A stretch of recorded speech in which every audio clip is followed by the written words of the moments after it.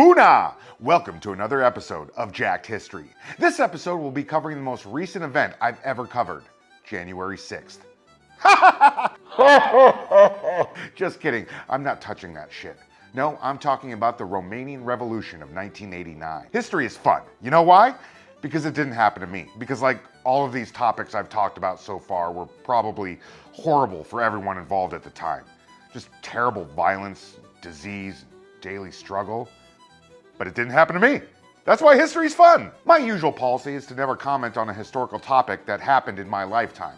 But since this one happened in a different country, and it's about a violent overthrow of a communist government, I figured my buddy Nick here would appreciate it. And before I start, I want to tell you how much I love the country of Romania. It's so nice, I've been there twice, for work. From its beautiful mountain ranges to its Black Sea beaches, they've got great scenery, great history, and a great culture. The first time I was there was for a show that I did in the coastal city of Constanta with my friends Jared, Heather, and a band called the American Hitmen. After the show, we had about 8 hours before we had to catch a flight out of there. So my buddy Jared hit up the ATM where he miscalculated the exchange rate. $1.83 American. What are we gonna get with that? And ended up withdrawing $6,000 that we had to spend in 8 hours. So what do? 5 of us drank $6,000 worth of booze in 8 hours, accompanied by an Italian friend we made along the way. Scusi. Then I blacked out and woke up at the Charles de Gaulle airport in Paris, France, where I saw Jared laying on the ground in the terminal with a half-drank bottle of wine in his hands. You don't believe that story? He's not lying, folks. That actually happened. Romania was awesome. Thanks, y'all. Ce faci! I think the next time I go there, I'll just join a tour group and go see Vlad the Impaler's castle in the Carpathian Mountain. All right, let's kick this off. I'm gonna make this as simple as possible because no revolution is simple. Just like there was no shortages of complexities in the American Revolution, it goes the same for the Romanian Revolution, except for one key figure, Nicolae Ceaușescu. He was just simply a bastard that needed overthrowing. Nicolae was born in the waning days of World War I in the Kingdom of Romania, during a period that saw monarchies losing popularity. He, like many Romanian youth of his time, found himself in labor work at an early age, where he was first introduced to communist literature. By the time he was 18, he'd already been arrested numerous times and was on the secret police's radar as a dangerous communist agitator, because he was. For the next 10 years, Nicolae was constantly in and out of prison with other communists, where he honed his reputation as an enforcer of communist ideals. Somewhere in that time, he met his future wife, Elena. Looks like somebody's been down here with the ugly stick. If you think American first ladies have a bad tendency of meddling in national affairs when it's not their responsibility, wait till you learn more about this broad. So around that time, World War II is ending, the Romanian monarchy is being ousted, and the recently victorious Soviet Union is beginning to seize control of Romania. Well, guess who started getting sweet jobs in the increasingly relevant Romanian Communist Party? Nicolae!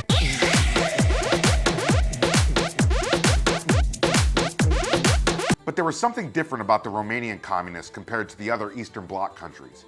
While the Soviet Muscovites had done a pretty good job of violently purging nationalist communists in neighboring countries like Bulgaria and Hungary, the Romanian communists put up a little more of a fight for their autonomy, and they won. Romania essentially became a satellite state of the Soviet Union like its neighbors, but they got to run things their own way. Whatever, I do what I want. And were often in open defiance with Moscow. Think of it like a Texas versus the United States situation. It's like, yeah, we like all the federal money you give us, and we're technically part of your club, but we will reserve the right to tell you to fuck off whenever we want. I mean, it's not the best comparison, but you get the picture. That open defiance with Moscow, which you'll find out years later that the Soviets were taking the proper steps towards liberalization, would be a crucial factor in Nicolae's demise. The head of the Romanian Communist Party, who was Nicolae's mentor and biggest advocate, died in 1965. So, guess who took over the mantle? Nicolae!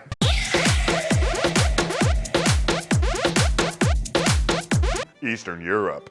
He got right to work, sometimes making the communist country even more communist-y than its Soviet neighbors, and sometimes doing things in contrast of its Soviet neighbors that often brought praise from Western leaders. By the 70s, he had taken absolute authoritarian control of the country, while the Soviet Union was actually reducing the power of its primary leaders. Hey, if there's one thing we know, a communist dictator having absolute control over his party and people always ends well. Guess who else started getting high-level positions in the party around that time? His wife, Elena. Oh, this is gonna end well for them. The two developed a strong cult of personality around themselves, which led to the extremely vain titles of father and mother of the nation. Romanian media was under strict guidelines on how to portray them and even at what angles to film Elena on the account of the bitch being so fucking ugly, and she knew it. Speaking of personality cults, another dictator who was good at cultivating it was Saddam Hussein. And Saddam's and Nicolae's oldest sons happened to be good friends who vacationed in Europe together. Wholesome. As the country rolled into the 1980s, Nicolae implemented one of his most wild plans yet, to completely pay off Romania's foreign debts, a plan that created economic stagnation and caused more suffering to the people. It sounds like a good plan in the big picture, but in order for a communist-run country to pull that off, which they actually did, he had to implement oppressive economic and energy-conserving measures to achieve that success. Are you tracking where this is going? Yeah. Not only was the quality of life suffering in Romania, but in order to enforce these policies, the state came down extra hard on dissenters. Nothing for you! Which means more jailing and people disappearing. Who could have saw that coming? With more struggle came more protests, and with more protests came more struggles as Nicolae utilized his secret police, known as the Securitate, to crush dissent. About the Securitate, they were a completely separate paramilitary wing of the Romanian army, loyal only to Nicolae. Think of it as an SS element in Nazi Germany as opposed to the normal German army. They were assholes because their leader and his wife were assholes. Mind you, while all this was going on, the Soviet Union was on its last breath, and Soviet Union leader Mikhail Gorbachev knew it. He was in the middle of liberalizing his country, both socially and economically, giving more power back to the people in order to save it. Soviet countries like Hungary and Poland were soon going to peacefully leave the Soviet Union and communist rule. Oh my God! Okay, it's happening! And Gorbachev was imploring Nicolae to ease up on his people, but the authoritarian dictator just couldn't resist being a dickhead in order to maintain control. I imagine it went something like this. Gorbachev hit up Nicolae and he's like, hey man, you really gotta ease up, dude. Communism's changing, man. If you want to survive, you gotta be like us. We're getting a McDonald's soon, dude. We're getting a frickin' McDonald's and blue jeans. People can wear blue jeans now. Isn't that awesome? You want a McDonald's? I bet you do. Look at China. They don't have a McDonald's. Well, they will. Actually, they're gonna have a lot more than us here in the near future. But Vietnam. What about Vietnam? Vietnam's actually kind of a cool country. They're communists like us, but it's real nice weather. Very tropical, great place to. You know what? You don't want to be like North Korea. Nobody wants to be like North Korea, dude. Those are the worst kind of communists, dude. You want McDonald's and blue jeans? Come to our side. Hi, this is an ad read, and since I don't have an actual sponsor, I'm just gonna make one up. This week is sponsored by the Mother Forkin' Foodie. Do you know whose channel that is? It's Peter's. It's Peter's. It's Peter. He's right there. I'm looking at him right now. That's Peter's channel. You should go check it out. He's always making great food. You eat his wonderful food, and you go and you take big dumps. So watch his channel, cook some of the food that he makes, and go take a big dump. All right, let's get to the violence. On December 16th, 1989, protests erupted in the town of Timișoara. What started as a small gathering of protesters was joined by college students. And if there's one thing we know about college students, they love a good protest. By the end of the day, the Securitate had pushed the protesters out. And then the next day, the protesters turned into rioters and came back in. The secret police and army ended up firing on protesters, as you'd guess. Things escalated even more from there. Yes, goddammit! Waste the motherfucker! God, this fucking burning in here. Hi! For the next couple of days, Timișoara was in a state of rebellion. Romanian television had suppressed any news of this in the rest of the country, but word spread nonetheless. Factory workers from another Romanian city were handed clubs, put on a train, and released into the city to combat the protesters, but they ended up joining them. By December 21st, Nicolae realized something needed to be done. He assembled a crowd of 100,000 people outside of his palace in the capital city of Bucharest. Many of those people were plants who were forcibly handed pro-regime signage and put in the front while the normie citizens were in the back of the crowd. He started the speech out by denouncing the protesters in Timișoara. In just a little over a minute of his speech, you could hear loud jeers and boos emerge from the back of the crowd. And then you could see the very moment he realized he had lost the crowd. Remember, This was being broadcast live on Romanian television. So every single person in the country, with all of their building rage towards the regime, was also seeing that he had lost the crowd. You want to see it yourself? Aceasta ca o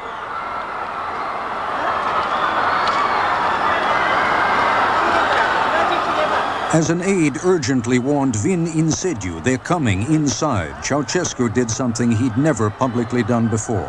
He flinched. The TV transmission was interrupted almost immediately. Thank you, Ted Koppel. We miss you. As Nicolae and his homely wife made their way back into the palace, those jeers and shouts turned into mass gatherings. People who weren't at the rally but saw it on TV were soon coming out of their houses to get in on it. All right, let's do some math here. Okay, oppressive dictator with access to his own paramilitary force that's fiercely loyal to him, plus a large crowd that's marching in the streets in open defiance of him equals, oh yeah, a lot of carnage. By 11 p.m., the shooting began. It didn't take long before the unarmed and unorganized protesters were being mowed down in the streets by gunfire, ran over by armored vehicles, and beaten to death. Along with that, a couple of foreign journalists were killed. Guess what? Now the rest of Europe is invested in this uprising. This continued until the next morning when protesters surrounded the palace. Many of the police and army there just decided to say fuck it and join the protests. By 10 a.m., Nicolae was declaring martial law, and pamphlets were being dropped from the sky encouraging protesters to go home and enjoy a Christmas feast, which further infuriated them because they couldn't even afford food. Let them eat cake, I guess. At the same time, Nicolae fired his Minister of Defense, which caused his Minister of Defense to commit suicide in his office. Now, the newly appointed Minister of Defense ordered all of the army to return to their barracks and encouraged Nicolae and Elena to take the first chopper out of there. Get to the chopper! Do you hear that? Nicolae Ceaușescu had officially lost the army's loyalty to him. The army soon joined the revolution as protesters stormed the National Communist headquarters building nearby, and they set up a base of camp to finally put an end to communist rule in Romania. So, as protesters were converging on the terrace of his palace, his personal helicopter landed just in the nick of time and picked up him and his wife. Both Nicolae and Elena had to be carried into the chopper because they were like fainting and shit. It was the protesters were that close. After they arrived at Nicolae's vacation home about 25 miles outside of Bucharest, Nicolae attempted to briefly launch a counterattack. At the same time, his pilot was phoning his commanding officer back in Bucharest and was told, and I quote, "There has been a revolution, you're on your own, good luck." Yeah, good luck is right. So the pilot loaded the two back into the chopper and upon Nicolae's orders proceeded to take them to another spot about 30 miles away. It was shortly into that flight that the pilot was informed over the radio that the army was going to shoot them down if they didn't land. So they landed, and the pilot essentially told Nicolae and Elena, good luck to you. Two of the Securitates with the couple flagged down a car and forced him to take them to their destination, but he faked engine trouble a bit into the drive. What'd you do? So they flagged down another vehicle, and he obliged. The driver took the couple and their guards to a nearby agricultural technical institute, where the police promptly showed up and arrested them.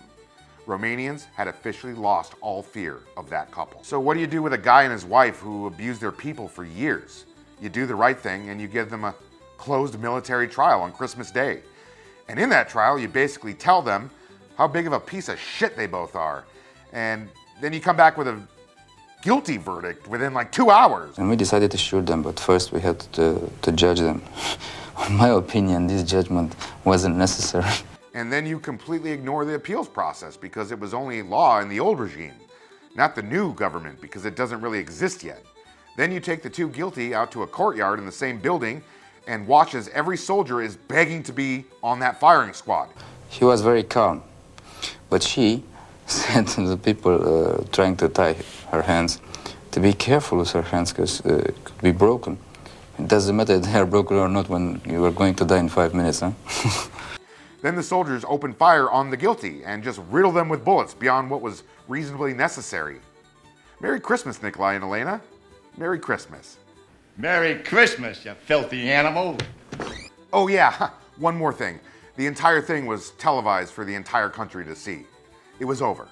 A quarter of a century of dictatorship was now tossed out for a new Romania. And how did one of the leaders of this revolution feel about such a violent killing of their leader and his wife?